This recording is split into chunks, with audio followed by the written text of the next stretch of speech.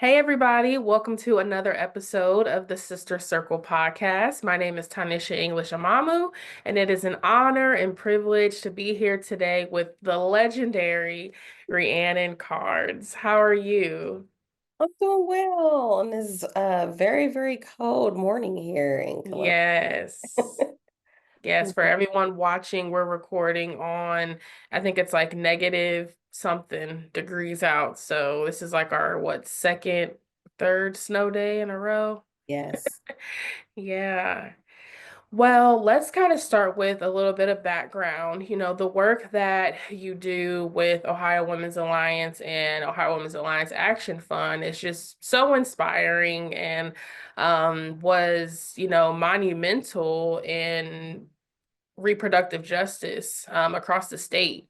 And so, what inspired you to step into this movement, and if did your upbringing have anything to do with, your inspiration and getting involved with reproductive justice? So yes, my lived experiences impact my reproductive justice journey, but also the way I approach my work is how it affects my career.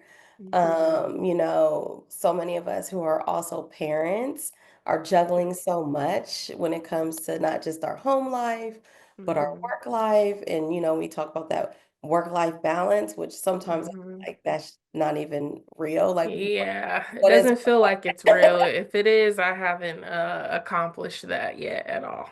Yeah, none of us have. And so it's just really about like, navigating all that we embody, all that is in our lives, and how to make the best of it. I think for me at OWA is creating a space and a platform where we as women of color can lean on each other and be supportive of each Mhm. other and share just tips and resources. And I mean, Mhm. that's how I'm able to, get through my days. But yeah, I mean, Yeah. really, OWA is just inspired by my work and Yeah. experiences.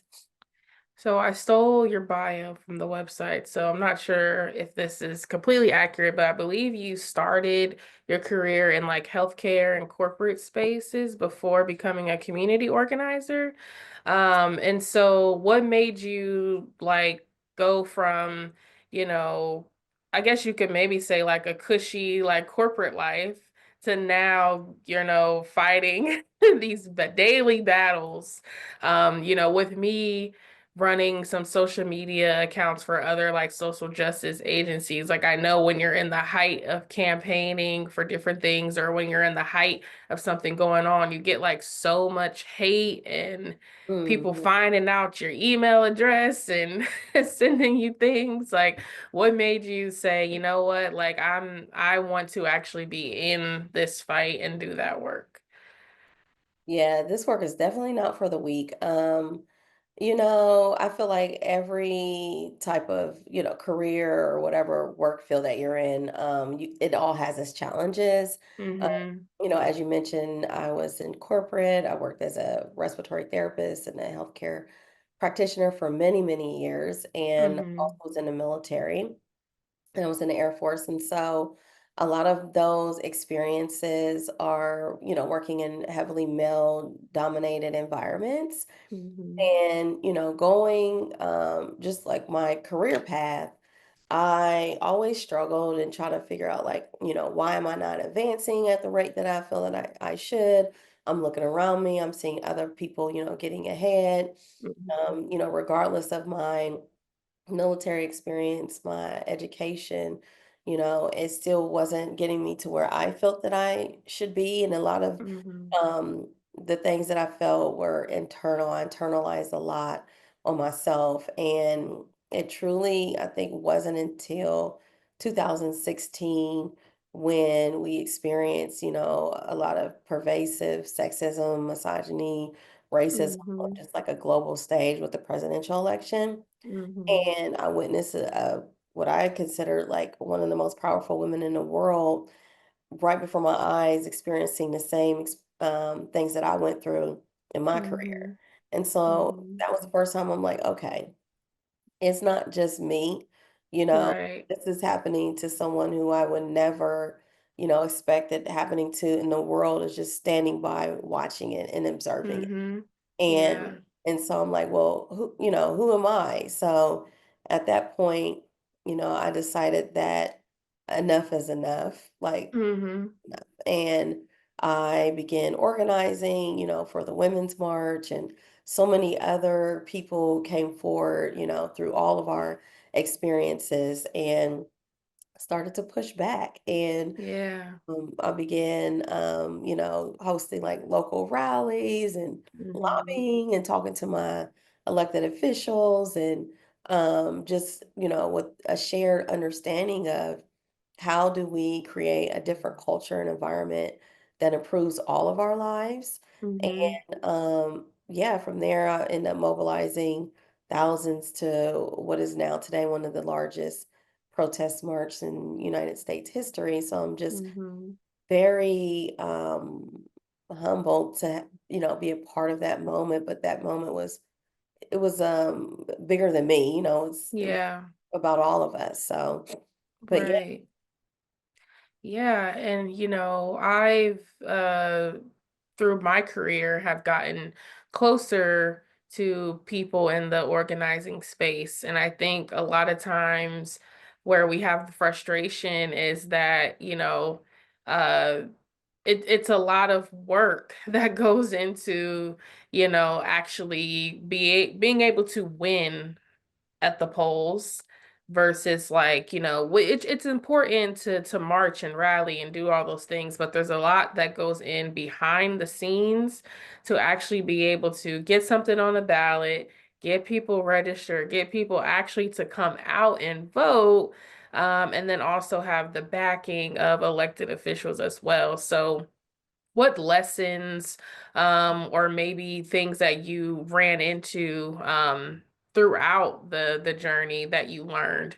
I mean, I feel like I remember when OWA was starting, and the overturn of Roe v. Wade was something that you all kind of felt like if we don't like start this now, like this is going to happen. So you started that fight well before you won, issue one. Mhm. So what lessons have you learned through that? Or maybe just somebody who's wants to get into organizing and they get frustrated because it's like people aren't listening, but it's like that happens, right? Yeah, I mean, when I first started organizing, to your point, just like hosting like just conversations, town halls, um, rallying, and in that moment, just through my learning experiences and journey, it was like that's not enough.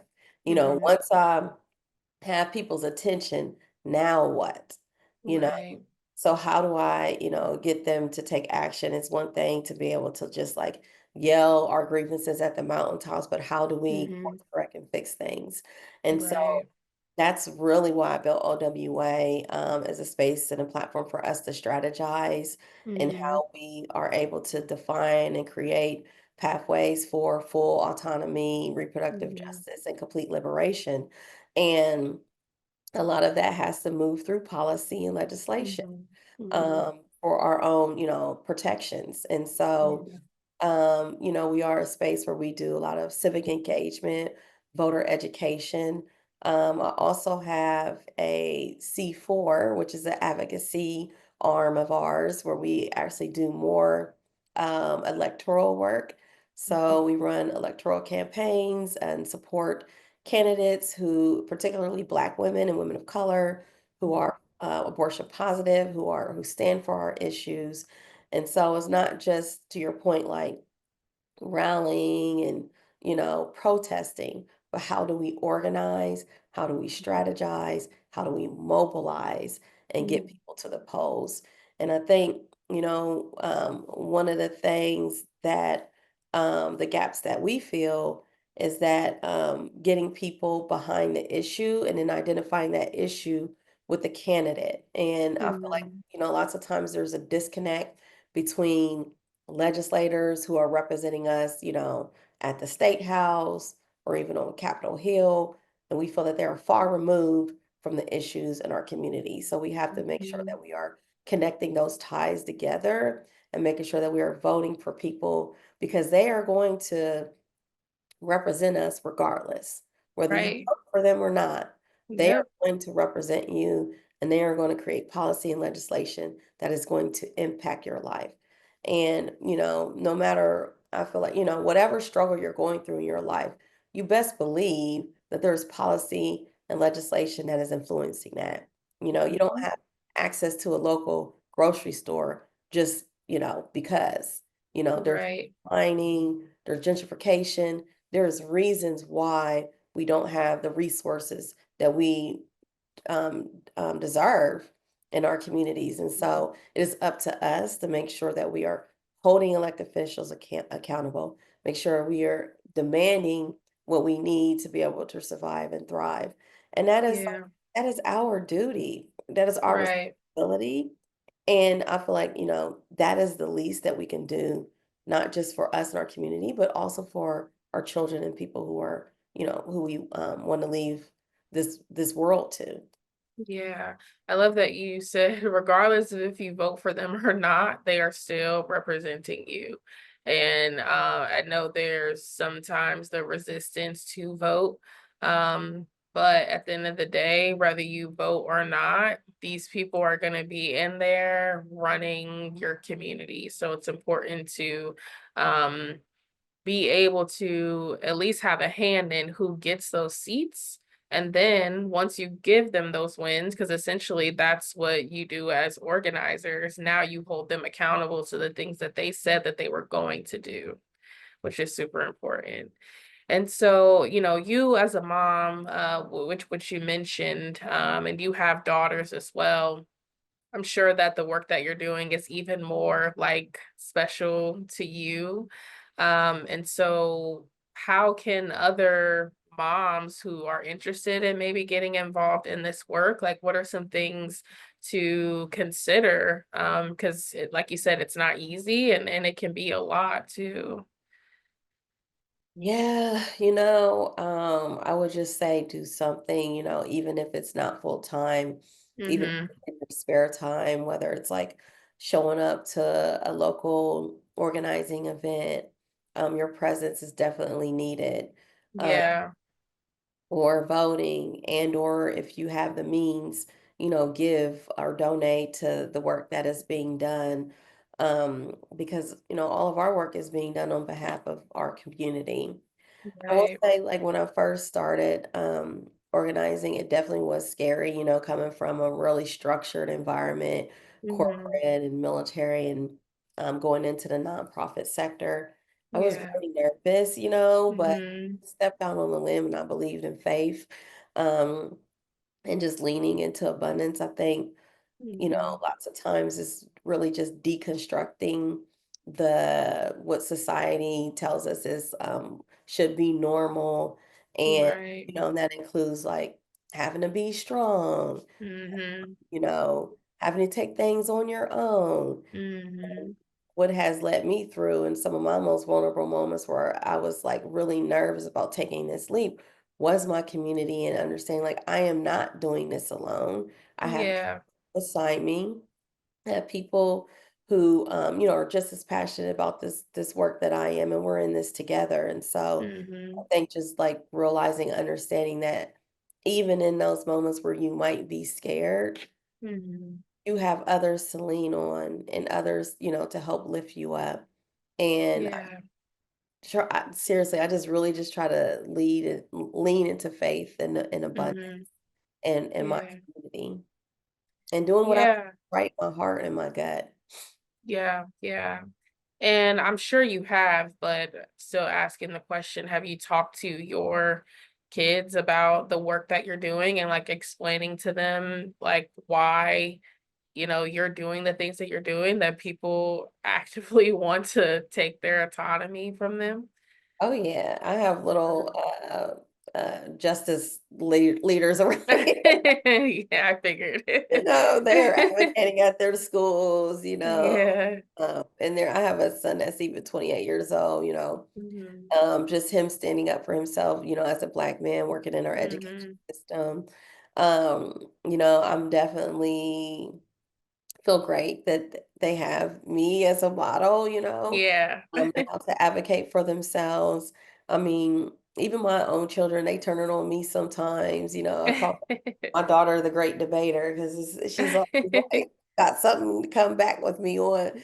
But Right. I can't deny that because they got it honest. So Yeah. it's making me, a stronger person too. I'm a generational parent. I have a Mm-hmm. child that's a millennial. I have children that are Gen Zers. So Yeah. I'm constantly learning, from my children and because their feelings are valid. Like we as adults Yeah. have all the answers, you know, Right. and of course want more for them than what we had. But Mm-hmm. what I need when I was younger may not be what they need now. Right. Different generation and they're experiencing different things and it is Mm-hmm. not our experience and so we need to be open and to listening and being mindful too and respectful too of our Mm-hmm. people and letting Yeah. them define what it is that they want for themselves and Mm-hmm. that is something else that I am open to and absorbing knowledge from my children and young people every day. Yeah, I love that. So you kind of talked about already, um, your journey and decision to get started with OWA and the Action Fund. But as we kind of alluded to earlier, OWA played a huge role in the reproductive freedom victory that we got. And so can you share like what it was like, leading such a historical campaign? And then even after that, you were like all in the media, being featured in like big publications, which I'm sure was like kind of surreal as well. So yeah, how was that whole process and how were you able to organize statewide in such a big way? Yeah, it's been an incredible journey. It just, makes me think about all of the times that I either doubted myself and or, like I mentioned before, was afraid and or alone. Hmm. It let me know that people were listening and that people were there because they came out by the numbers. That was definitely Yeah. a collective win for Ohio. Um, Hmm. and Ohio Women's Alliance, we were the only Black-led organization at the founding table. We were also the youngest organization too. We sat there Mm. beside, ACLU Ohio and Planned Parenthood Advocates of Ohio and others. But to be able to sit there at the table and to be respected, Yeah. heard, and valued for our expertise and our lens, Hmm. how the ballot measure would impact Black and Brown Ohioans it's an undescribable feeling. And to be able to come out on the other side with a historic victory. Ohio's the first um, red Mm. state to be able to pass that type of abortion ballot measure. There had been, other states that have passed, more progressive states, but we were the Hmm. first to be able to do that. And so we set precedents, for other states across the country um, Yeah. who have been able to also have wins on abortion in their state. But we're Hmm. one of very few red states that have been able to um, win a statewide abortion ballot measure and enshrined in their state constitution. When I say red loosely. Please don't come for me. Right. Okay, Right, I right. understand that we're still considered a purple swing. Hmm. When you look at the dynamic of our state legislature, we have Republican control all the Right. way down from Hmm. governor to the House, to the Senate, Secretary of State, our state Yeah. Supreme Court is now Hmm. fully red. So say what you want, uh, Right. we are Republican controlled. Right. So we Which is have a the reality of the current state of things at the moment. yeah, and we went Yeah. for so Yeah. Yeah. for the second time. Right. Which, yeah, there's a lot going on there already, and it hasn't even been a week. As the time we're recording this, it hasn't been a week, and yeah, it's a lot.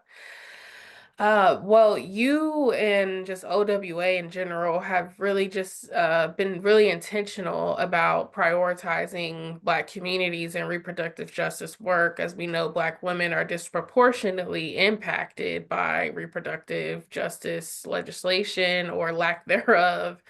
Um, so I'm sure, it's nice to hear that when you were at the table that people were receptive to hear your voice. But did you find any challenges just within the reproductive justice community overall, making sure that Black voices were heard in the space, that Black women were heard? Yeah. I think one of the challenges is that, in the reproductive rights sector, because that's the table Mm-hmm. I stay on, we do Mm-hmm. we do justice work, and justice, reproductive justice is more than just about prioritizing abortion. It is Mm-hmm. about the tenets of RJ is bodily autonomy, Mm-hmm. having the right to decide whether you want to have a child and or not, Mm-hmm. and being able to raise your child in a healthy, sustainable environment. And so in order for us to truly embody reproductive justice, we have to think about all of our lived experiences when it comes to us raising our children, making sure that they have, Mm-hmm. a good education, a clean and healthy environment. And so, sitting beside people who are only focused on the right to abortion, um, Right. you know, there were challenges, and especially, when we are at OWA, we think beyond policy and legislation. We also think about direct service. And Mm, so for us, not only were we, fighting to make sure that we had abortion as a right, we also are providing direct services to our community for people who need abortion access. And so right. we have a program, it's called a member assistance program, where we provide travel, lodging, transportation, and childcare for abortion seekers across our Mm, state. We also welcome abortion seekers outside of our state who do not have access. So we service mm. people from, across Ohio all the way to Texas and in Florida. Wow. And so, for us, it was not just again about like saying we need this piece of legislation, because what is the right to abortion if you don't have access? And Right. so that is, true reproductive justice when you're making sure that there are no barriers, whether it's financial Right. barriers or logistical barriers. And that is what we truly embody at OW. Right. Right. Yeah, and I feel like you all have also done a really great job breaking through some of the stigmas of abortion seekers. Sharing from my own personal story, like I found myself in a position where that's what I needed to do for me. And when you're in that lobby, there's so many different people in here, all the way from, what may appear as like teenagers to 40-year-old women. And it's not this, blanket thing. And you don't just get to go in there and do it and then go home. Like it's a whole process. So I thank you for the work that you've done in doing that and really like breaking down like what this actually means. And then to your point too, I do believe that before when people hear reproductive justice, that's all they think about. But it's also about the access. Like when we were in college, I had a friend, like we're obviously broke college students, and that's how she got her birth control was through Planned Parenthood or even just getting her annual, checkups that she needs. That's how she was able to do it because she didn't have health insurance. But people just, have a one-track mind, but I feel like you all did a great job in like really expanding on what exactly does this mean, and what are those barriers that a lot of, I mean, Black and Brown people have to go through for this access. So I think that's awesome. Thank you. Thank you so much for sharing that as well. And I think, our stories are powerful. It helps Mhm. people, know that they again that they are not alone. Uh, Mhm. and to your point, for us, it's definitely about breaking down the stigma and the shame. And we also ran an abortion positive campaign during that time of the ballot Mhm. measure, where we were very loud and bold and had billboards up all around the state, Mhm. letting folks know that abortion seekers know that we are here, we are a resource, Mhm. despite all of the noise and the media and the ads Mhm. that you see on abortion. Like, we see you, these are real lived human experiences and stories, and that you Mhm. are loved and that you can come Yeah. to us for the care that you need. Yeah. And while you spend probably 90% of your time, maybe even 99% taking care of others, you're a mom, you're a wife, you're running, two organizations. How do you take care of yourself, Mm. and hopefully avoid burnout, or at least when you start feeling burnout, how do you kind of pull yourself back in? I get this question all the time. It's a difficult question to answer Yeah. point, because Hmm. when you're doing so much, it's really difficult to prioritize yourself. But um, Yeah. one of the things that I try to do is weave just a wellness through our work environment. I make sure that Hmm. we have retreats where we can pour into each other, where we can just meditate. We throw in some yoga in there, even Mhm. food, breaking bread, all of those things. So, like, even though the work is hard, I still make sure that I'm Mhm. providing a soft landing place for our Yeah. staff and myself too. That doesn't feel like so strenuous every single day. Yeah. Mhm. At home, I'm super busy. Right. One thing about I was just talking to I have a wellness coach, so that I do. Okay. Coach, That's and great. she gets on me. Um, but one of the things, about us Black women, what we're gonna do is we're gonna go get our hair done, Right. go get them nails and pedicure.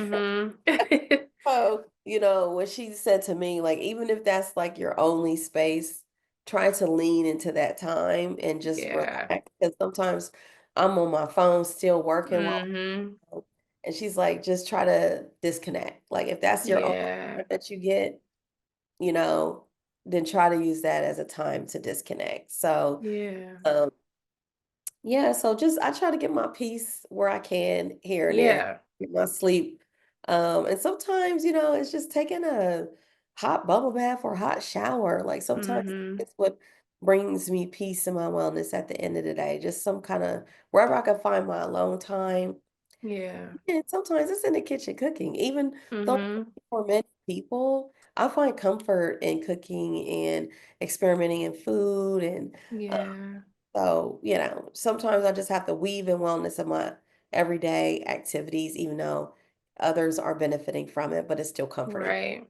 Right, right. I love that. So what advice maybe would you give to um anyone really who wants to get involved in this work and in social justice period, whether it's reproductive justice or anything, but maybe they don't know where to start or where to go to kind of get their foot in the door? I alluded to it earlier, just do something. I Mm-hmm. can share, just from when I started organizing. I was working a full-time job at the time, and when I started Mm-hmm. organizing, it was like I was working two full-time jobs. I mean, I was exhausted. Mm-hmm. I'm not saying like exhaust yourself. I Right. was exhausted, but Mhm. it was important to me. I was just showing up, you know, Yeah. whether it was supporting partners who are doing the work out there in their community, Mm-hmm. just learning and absorbing and talking to people, whether it's like having coffees. I'm open. If you want to learn more about my work and what I do, if you want to send me an email and meet up for coffee, I am more Mm-hmm. than happy to, share. But yeah, I think it's just like networking, connecting, building relationships with folks. Mm-hmm. And even if you don't have the time to organize and or be there, give. So I Yeah. think that's another thing that we need to talk about more in the Black community is as far as like philanthropy. Like Mm-hmm. we are, consumers. We buy a lot, we purchase a lot when it comes to our, our economy, and Mm-hmm. so we have the means to be able to give too, and so we need to lean more into giving into nonprofits and or work that we're passion issues that we're passionate about. Yeah, yeah, for sure. And so if you could leave us with, one thing that you'd want to share with another up and coming Black woman who is stepping into her own and wants to I mean essentially change her community, what would you say to her? Remember yourself.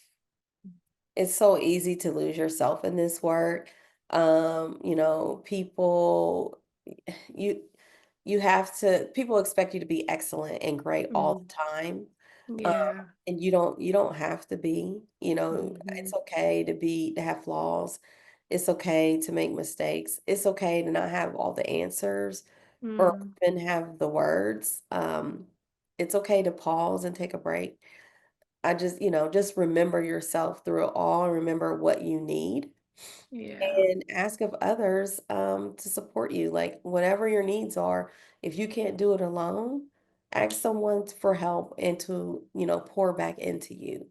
And that Yeah. is really, truly what has gotten me this far, being open and receptive to asking for help and expressing my needs. And when I'm tired or done, I'm just enough.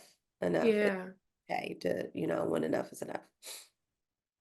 Awesome. Well, thank you so much for Yeah. joining me. I Thank you appreciate for it. having me. Yeah, how can people connect with you or learn more about Ohio Women's Alliance and Ohio Women's Alliance Action Fund?